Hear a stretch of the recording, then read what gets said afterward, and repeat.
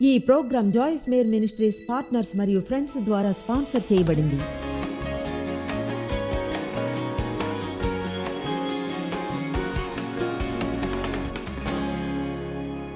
అయితే చూడండి, బహుశా మనం అపవాది పట్ల ఎక్కువ గమనం ఉంచనవసరం లేదనుకుంటాను, కానీ పట్టించుకోకుండాను ఉండలేము.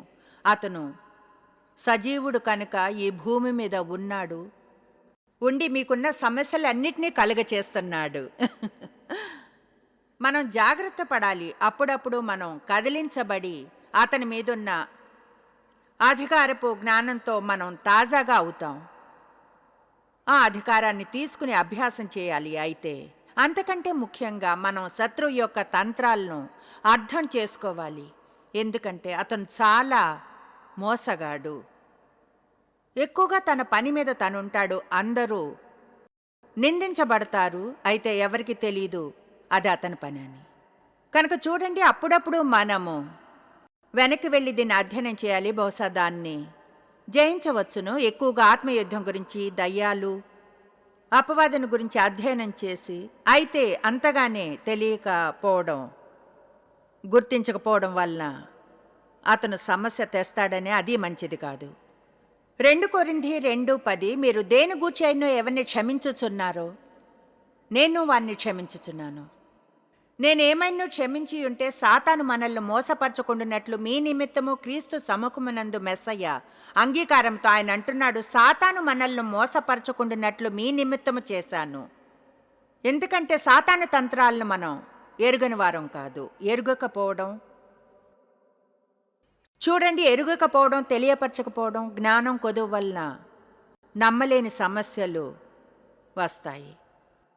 అపోస్తలుడైన పౌలును గురించి తెలుసుకున్న అతను ఎరుగకపోవడం వలన, జ్ఞానం కొదువు వలన దేవుని నుంచి కృపను పొందాడని అంటే అర్థం మనకు తెలియకుండానే మనం శత్రువుకి ద్వారాలు తెరుస్తామని కాదు, అతను లోపలికి వచ్చి మన జీవితాల్లో నాశనం తెస్తాడని. నేను సంఘంలో ఉండేదాన్ని చాలా ఏళ్ల క్రితం. నిజంగా అపవాది నా జీవితంలో సమస్య అని తెలుసుకోవడానికి ముందు, అపవాది ఒక హాలోవిన్ క్యారెక్టర్ అని, ఎరుపు సూట్ వేసుకుని పిచ్ ఫోర్క్తో ఎర్ర తోకతో, అంటే అతని గురించి నాకు తెలిసిందంతే. నాకు అసలు నిజంగా ఐడియానే లేదు అతను కలిగించే సమస్యలు. ఐడియానే లేదు. ఉదాహరణకు ఎలాంటి ద్వారాన్ని తెరిచానో ప్రజల మీద కోపం వచ్చినప్పుడు ఎక్కువగా అలా చేసేదాన్ని. నేను చెప్పగలను, చూడండి, నమ్మశక్యం లేనంతమంది కోపగ్రస్తులైన క్రైస్తవులు ఉన్నారని. ఆశ్చర్యం, ఇది ప్రజల జీవితాల్లో కలిగించే సమస్యలు. మీకు దాదాపు 40-50 అవకాశాలు రావచ్చు బాధపడడానికి, అయితే మీరు ఆ అవకాశాలని తీసుకునే అవసరం లేదు. పౌలు అన్నాడు, సాతానుకు నా మీద అధికారాన్ని ఇవ్వను. క్షమాపణ లేమికి చోటు ఇచ్చినప్పుడు కోపానికి, ద్వేషానికి, పగకు, మిమ్మల్ని గాయపరిచిన వారిని గాయపరచడం లేదు, మిమ్మల్నే గాయపరుచుకుని అపవాదికి ద్వారాన్ని తెరుస్తున్నారు. చూడండి, దేవుడు క్షమించండి అంటే అది మీ లాభానికే.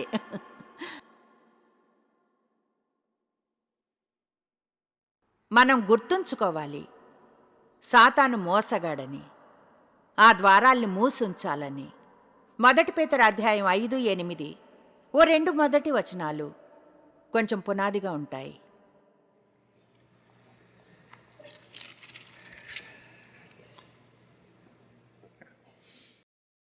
నిబ్బరమైన బుద్ధి కలవారై మెలకువగా ఉండుడి. ఎల్లప్పుడూ ఆదివారం ఉదయం మాత్రమే కాదు, అప్పుడప్పుడు కాదు, ఎల్లప్పుడూ. మీ విరోధి అయిన అపవాది గర్జించు సింహం వలె ఆకలిగొని ఎవరిని మృంగుదనా అని వెదుకుచూ తిరుగుచున్నాడు. గర్జించు సింహంలా తిరుగుతాడు. అయితే యేసు యూదా గోత్రపు సింహం. ఆమేన్. మన దేవుడు పాలిస్తాడు. చూడండి, మనము సాతాను తంత్రాలను, మోసాలను తెలుసుకోవాలి. అతని స్వభావాన్ని మనం తెలుసుకోవాలి. దేవుని స్వభావాన్ని చదువుతాం. నేను ఎక్కువగా అదే చదువుతాను. దేవుని నుంచి వినడం, తెలుసుకునే విధానాల్లో ఒకటి సాతాను స్వభావాన్ని మరియు దేవుని స్వభావాన్ని తెలుసుకోవడం. కనుక చూడండి, మీకు బాగా తెలుస్తుంది. వెంటనే ఏదైనా విన్నప్పుడు లేదా మీరు ఫీల్ అయినప్పుడు అది దేవుడా లేక కాదా అన్న విషయం. బహుశా మనం విజయవంతంగా దేవుని నుంచి వినలేము, మనకు గాని దేవునిది మాత్రమే కాదు, శత్రు స్వభావం కూడా తెలియనంత వరకు. కనుక 4 విషయాల్ని మీతో చర్చిస్తాను ఈ వారాంతంలో. అవన్నీ కూడా సాతాను తంత్రాలే. ఆ విషయాలు అతని స్వభావానికి చెందిన పెద్ద విషయాలు, అలాగే అతని స్వభావం గురించి బాగా తెలుసుండాలి. నంబర్ 1, సాతాను అబద్ధికుడు, అతను మోసగాడు. నెంబర్ 2, అతను నాశనం చేస్తాడు. మన జీవితంలోని మంచినంతటిని నాశనం చేస్తాడు. అంతేకాదు, కంట్రోల్ చేసి మ్యానిపులేట్ చేస్తాడు. మన స్వేచ్ఛను అతను దొంగిలిస్తాడు. మీ జీవితంలోని ఏ చోట స్వేచ్ఛనివ్వడు. అతను సహోదరులను నిందించేవాడు. ఇప్పుడు మనం ఈ 4 విషయాలను తెలుసుకుంటే ఈ వారాంతంలో కొంత సమాచారం, ప్రకటన జ్ఞానంతో వెళ్ళవచ్చు. శత్రువుచే మోసగించబడకుండా ఉండడానికి హెల్ప్ చేసేది దాంతో వెళ్ళవచ్చు. కనుక థ్యాంక్ యూ తండ్రి ఈ వచనానికై. మాకు తెలుసు అతని గురించి మాట్లాడితే అపవాదికి నచ్చదని. అతన్ని వేలెత్తి చూపితే మేం ముందే ప్రార్థించి స్తుతులు చెప్తున్నాం గొప్ప విజయానికై. ఏమనంటే అతనుకున్న చిన్న ప్లాన్ కూడా పనిచేయదని, ప్రజలు ఇది తెలుసుకుంటారని, గమనం వహిస్తారని, ఈ చోట శాంతి కలుగుతుందని. థ్యాంక్ యూ తండ్రి, ప్రజల జీవితాల్లోని శత్రువు తెలియపరచబడి వాళ్ళ కళ్ళు తెరుచుకుంటాయని, అప్పుడు వారికి విషయాలు వేరుగా ఉంటాయని యేసునామంలో ఆమేన్. ఇప్పుడు ఏ పేరుతో అతను పిలువబడ్డం విన్నా, లూసిఫర్ అపవాది, సాతాను, కీడు చేసేవాడు, మోసగాడు, లోబర్చుకునేవాడు, అబద్ధికుడు. మీరు తెలుసుకోవాల్సింది అతను ఒక ఉద్దేశంతోనే వస్తాడని. ఒకే ఒక దాంతో, అదే హత్య, దొంగతనం, నాశనానికి. యోహాను 10:10. నేను ఎప్పుడూ చెప్తూ ఉంటాను, నాకు అది ఇష్టం. అసలైతే ఈ టీవీ ప్రోగ్రాం పేరు ఒకలా ఈ వచనం మీద ఆధారపడి ఉంది. ఎందుకంటే ఒకలా నాకు అనుభవం ఉంది. దొంగతనానికి, హత్యకు, నాశనానికి వస్తాడు. అయితే యేసు అన్నాడు, నేను వచ్చింది. ఆ విషయం గురించి సంతోషం. మరి మీరు, నేను వచ్చింది మీరు మీ జీవితాన్ని ఆనందించాలని, సమృద్ధిగా పొంగి పొర్లేంతగా. కనుక సాతాను వీలైనంతగా అంతా దోచేయాలంటాడు. అయితే దేవుడు ఇవ్వగలిగినవన్నీ ఇవ్వాలని. సాతాను మనకేమీ ఉండకూడదంటాడు. దేవుడు మనకు పొంగి పొర్లేంతగా ఇవ్వాలనుకుంటాడు.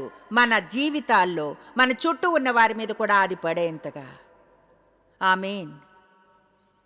మనం జీవితాన్ని పొందాలనే యేసు రాలేదు, మనం జీవితాన్ని ఆనందించాలని వచ్చాడు. నేను చెప్తున్నాను, అపవాది మీరేమీ ఆనందించకూడదంటాడు, మీరుగా కూడా ఆనందించకూడదంటాడు. ఎన్నో ఏళ్ళు నాకు వ్యతిరేకంగా గడిపాను. నేనంటే ఇష్టం లేకుండా, నా వ్యక్తిత్వం నచ్చకుండా, నా స్వరం నచ్చకుండా, ఇదంటే నచ్చకుండా, అదంటే. అయితే చెప్తున్నాను, నన్ను నేను ఆనందిస్తాను. ఇప్పుడు అలా చేసినప్పుడు అపవాదికి చాలా కోపం వస్తుంది. ఆమేన్. నాకు నాలోని ప్రతి చిన్న విషయం నచ్చుతుంది. నాలోని వింతైనవి, అసాధారణమైన విషయాలు, అది అపవాది కోపం తెప్పిస్తుంది. మీతో మీకు మంచి సంబంధం ఉంటే అతని కోపం ఎందుకు వస్తుందో తెలుసా? ఎందుకంటే మీతో మీకు మంచి సంబంధం ఉంటే ఇతరులను ప్రేమించడం ఆరంభిస్తారు. అయితే మీకు లేనిదేదో మీరు ఇవ్వలేరు. మీరంటే మీకు నచ్చకుంటే వేరెవరిని ఇష్టపడలేరు. ఆలోచించడానికి సమయం తీసుకోవాలి. అపవాది ఎంత క్రూరుడో, అంతటా ఎంత కీడుని తెస్తాడో అని. ప్రపంచంలో జరిగే చెడు విషయాలన్నీ, మై గాష్, ఈ వార్త ఎవరినైనా నిరాశపరుస్తుంది. అంటే హత్యలు, రేపులు, దొంగతనాలు, దురాశ. చెప్పేది ఏమిటంటే, పూర్తి సందేశం ఏమిటంటే, ఎవరిని నమ్మలేము, అందరూ చెడ్డవారే, అందరూ కూడా, ప్రతి ఒక్కరూ మోసగాళ్లే అనడానికి సాతానే దానికి ఆధారం. ఇప్పుడు దాని అర్థం ఇవన్నీ చేసే ప్రజలకు బాధ్యత అనేది లేదని కాదు. అయితే దురాశను పోషించినప్పుడు చాలామంది జ్ఞానం కొదువు వల్ల వాళ్ళకు తెలియదు కూడా అపవాదే వారి నుంచి అది దొంగిలిస్తున్నాడని అనుకుంటారు. వాళ్ళకి ఎంత డబ్బుంటే అంత సంతోషంగా ఉంటామని. అయితే వారికి తెలియదు ఎంతగా తప్పు మార్గాల్లో సంపాదిస్తే అంత దుఃఖకరంగా వాళ్ళు ఉంటారని. మనం ఇలా అనవచ్చు, అది సరే, ఇంత చెడు జరుగుతున్నా దేవుడు ఎంత మంచిగా ఉన్నా, అంత గొప్పగా, శత్రువు కంటే ఎంతో శక్తివంతంగా, మరప్పుడు ఎందుకు మనకు అనిపిస్తుంది శత్రువే గెలుస్తున్నాడని? చూడండి, మనం గ్రంథం అంతాన్ని చదివేశాం కనుక మనకు తెలుసు విషయం అది కాదని. అయితే నేను చెప్పగలను ఏం జరుగుతుంది అనుకుంటాను. ముందుగా ప్రజల్లో చలనం లేదు. ఎక్కువగా ప్రజలు ప్యాసివ్గా ఉన్నారు. ఒకవేళ దేవుణ్ణి గాని నిజంగా ఎంచుకుంటే దేవుని మార్గాలను అలా చేసే ప్రతి వ్యక్తి అంధకారంలో చిరుదివ్వ లాంటి వారే. ఒకవేళ అక్కడ మిలియన్ల కొలది చిరుదివ్వలుంటే ఎన్నో మంచివి జరుగుతాయి. చూడండి, చాలామంది తాము క్రైస్తవులు అనేవారు వాళ్ళు ఇతరులకు హెల్ప్ చేయడానికి ఏమీ చేయడం లేదు. నిజం చెప్పాలంటే మన యొక్క కరిస్మాటిక్ బోధనల క్రిస్టియన్ చర్చ్లో చివరికి వాక్యం మరియు విశ్వాసపు సంఘం కూడా గత 30 ఏళ్లుగా ఎలా ఉందంటే,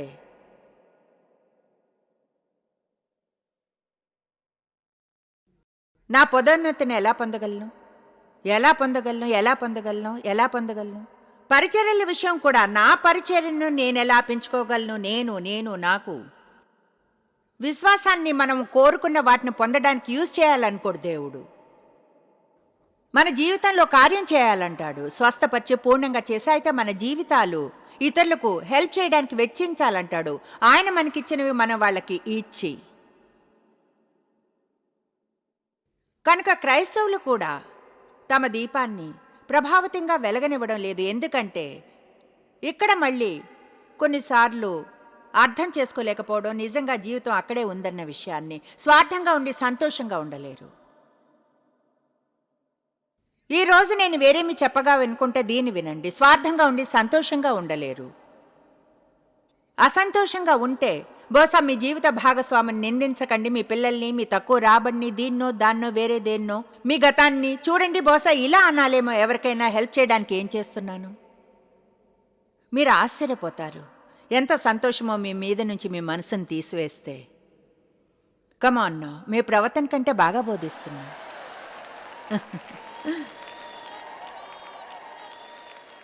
సరే, అక్కడ కావలసినంత వెలుగు ఉంటే, క్రైస్తవ జీవిత శైలిలో జీవించే సంఖ్య ఎక్కువగా ఉంటే, ప్రేమలో నడుస్తూ, నిజంగా ఈరోజు జరిగే జంక్ అంతా కూడా జరిగి ఉండకపోవును. అయితే జరిగింది ఏమిటంటే, మనం చలనం లేకుండా కూర్చునుండి దేవుడు ఏమైనా చేస్తాడని కోరుకుంటాం, గవర్నమెంట్ ఏమైనా చేయాలి అని మనం కోరుకుంటాం. ఎవరు ఏమైనా ఎందుకు చేయరో అర్థం కాదు. తెలుసా, మనం వాళ్ళు ఇంకెవరో ఏదో చేయాలని అనుకుంటాం. ఒకటి తెలుసా, చివరికి తెలుసుకున్న ఆ వాళ్ళు మనమేనని. వాళ్ళెవరు? మనమే వాళ్ళు. మనలోని ప్రతి ఒక్కరికి మన వంతు చేసే బాధ్యత ఉంది. బైబిల్ చెప్తుంది దయ్యాన్ని వెళ్ళగొట్టొచ్చని.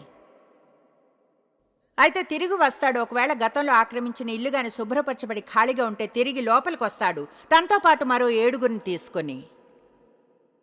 ఇది ఇంత గొప్ప సందేశం చలన రహితంగా యాక్టివ్గా ఉండడం గురించి.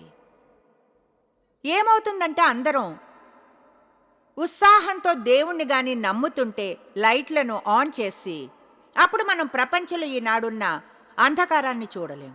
అయితే ప్రజలేమి చేయనప్పుడు కీడు అధికారం చేస్తుంది. నేను చెప్పింది అర్థమైందా? కీడిదే పై చేయి ఉంటుంది. ఎందుకంటే విశ్వాసులు కావలసినంత యాక్టివ్గా లేనందువల్ల. ఆదివారం ఉదయం వెళ్ళి కొంచెం సేపు చర్చిలో కూర్చుంటేనే సరిపోదు, ఓ 45 నిమిషాలు. తెలుసుకోండి, ఆదివారం నాడు చర్చికి వెళితేనే మీకున్న సమస్య తీరిపోదని, ప్రపంచంలోని చెడుని తీసివేయలేదని. దాన్ని మనం సంఘం నుండి బయటకు తేవాలి. వీధుల్లోనికి, మార్కెట్ ప్లేస్లోకి, మన స్కూల్స్లోకి, గవర్నమెంట్లోనికి, మన జాబ్స్లోనికి. నాకు ఆ గౌరవం ఉంటుందనుకుంటాను. మిగతా నా జీవితంలో, నా పరిచర్యలోని బోధనల్లో ప్రజలకి ఈ సూత్రాలను చెప్పడం వలన.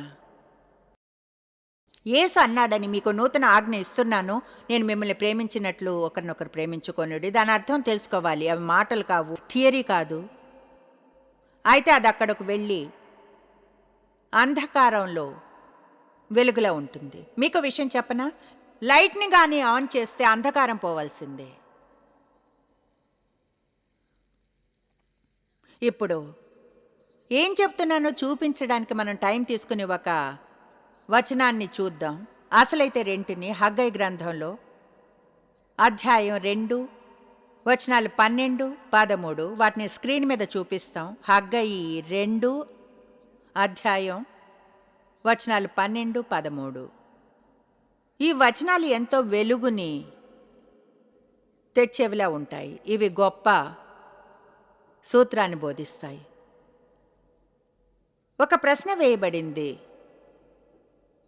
ఆఫర్ చేయబడ్డ మాంసం గురించి, దేవునికి అర్పించబడినది వర్సెస్ విగ్రహాలకు అర్పించబడ్డ మాంసానికి.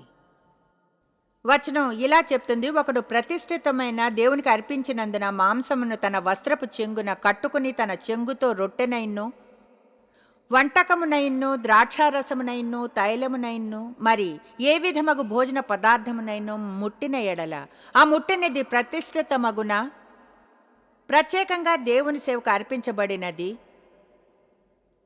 అని యాజకులను అడగవారు కాదండ్రి. అర్థం చేసుకోండి, పవిత్రత అనేది అంటువ్యాధి కాదు. చూడండి, వాళ్ళు పవిత్రంగా కాలేదు, పవిత్రమైనదేదో తీసుకువెళ్ళడం వలన అది వ్యక్తిగత ఎంపిక కావాలి. ఇప్పుడు దీన్ని అర్థం చేసుకోండి. జబ్బు అంటువ్యాధి కావచ్చు, కానీ ఆరోగ్యం కాదు.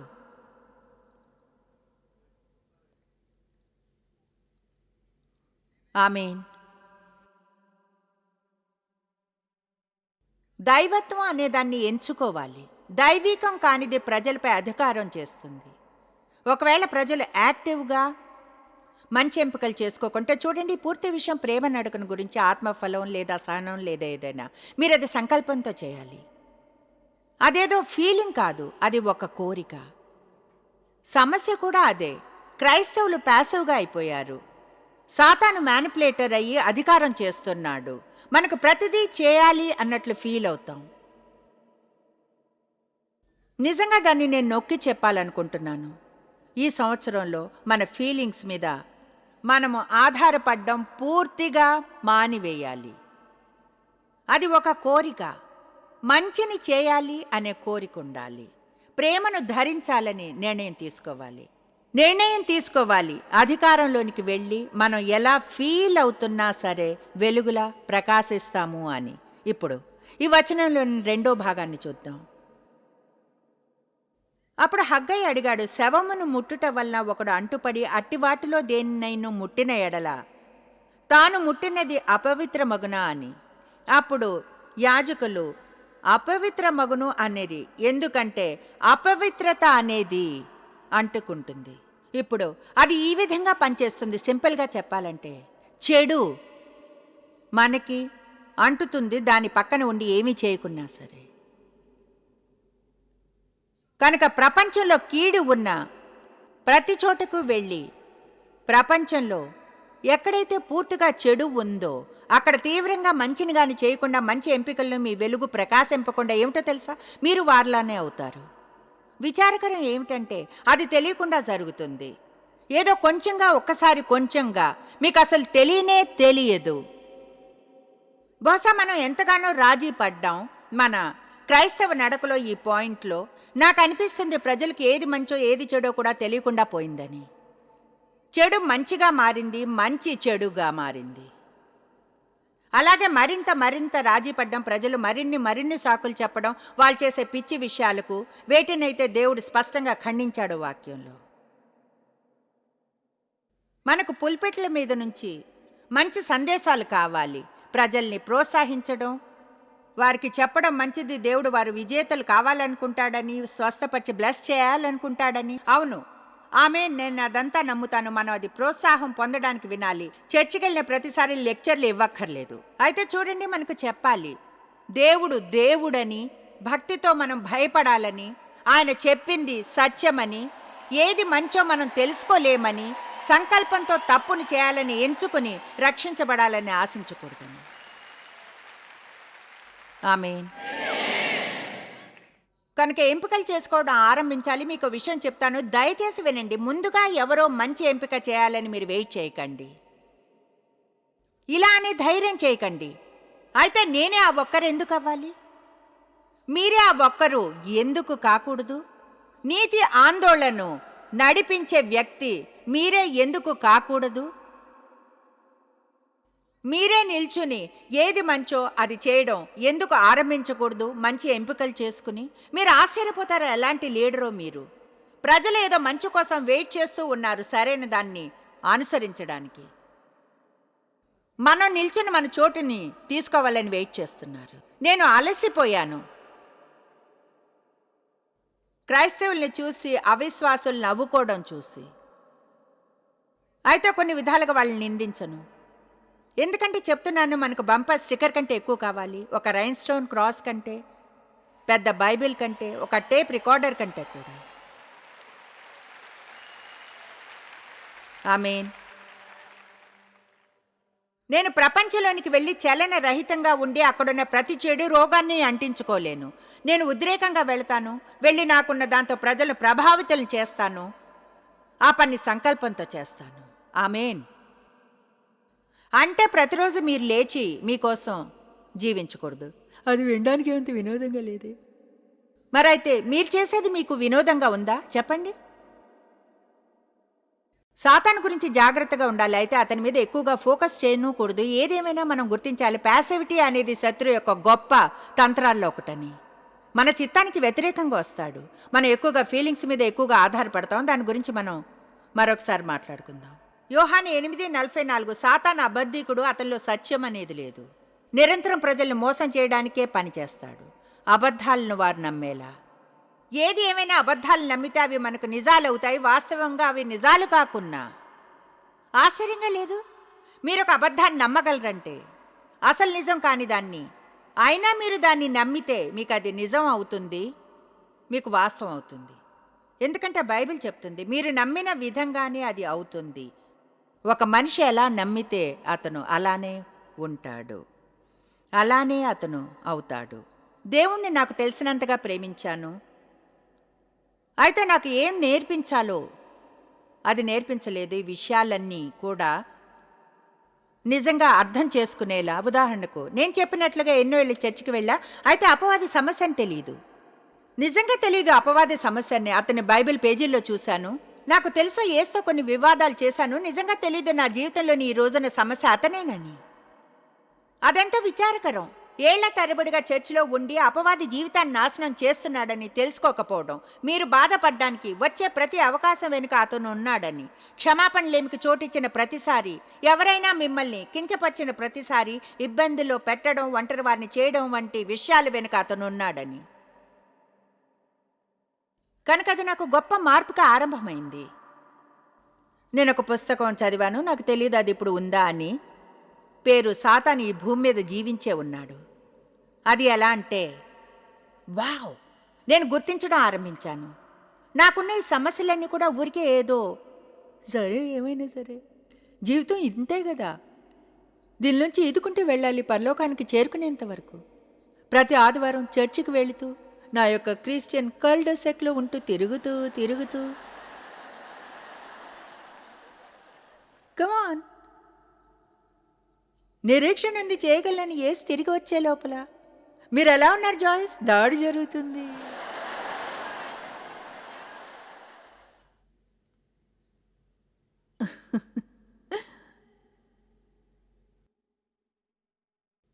మ్యాన్ నిజాన్ని తెలుసుకోవడం ఆరంభించినప్పుడు పోగొట్టుకున్న ఏళ్ల గురించి కోపం వచ్చింది. వావ్, ఎంత విషాదకరం. ప్రజలు చర్చికి వెళ్ళి వారం వారం సిద్ధాంతాన్ని తప్ప వేరేమీ వినకపోవడం. మనకు మంచి బలమైన సిద్ధాంతం కావాలి, తప్పుగా అర్థం చేసుకోకండి. మనకు అది కావాలి, మనకు తెలియాలి. మనం నమ్మేది ఎందుకు నమ్ముతామో అది మంచిదై ఉండాలి, బైబిల్ అనుసారంగా ఉండాలి. అయితే ప్రజలకు ఎలా జీవించాలో నేర్పాలి, అక్కడికి ఎలా వెళ్ళాలో ప్రజలకు బోధించాలి. వారు ఎలా ఉండాలని దేవుడు కోరుకుంటాడో అలా ఉండి యేసు మరణించి ఇచ్చిన జీవితాన్ని ఎలా పొందాలో. అత్యంత గొప్ప ట్రాజడీ ఏమిటంటే, ఎవరికైనా నిజంగా నమ్మి యేసు వారి కొరకు మరణించాడని, రక్షకునిగా స్వీకరించాలని అయినా ఎలాంటి విజయాన్ని పొందకపోవడం ఇక్కడుండి నిజంగా విషాదకరం. నేను అనుకోని యేసు మరణించి మనం ఏదో జీవించాలి అనేలా ఉండాలనుకోడు, తిరిగి వచ్చి రక్షించేంత వరకు. ఆయన అన్నాడు, దొంగ దొంగతనానికి, హత్యకు, నాశనం చేయడానికే వస్తాడు. అయితే నేను వచ్చింది మీకు జీవితాన్ని ఇవ్వడానికే, అది సమృద్ధిగా పొంగి పొర్లేంతగా ఇవ్వడానికి అని. కమాన్, గట్టిగా స్తుతులు చెప్పండి.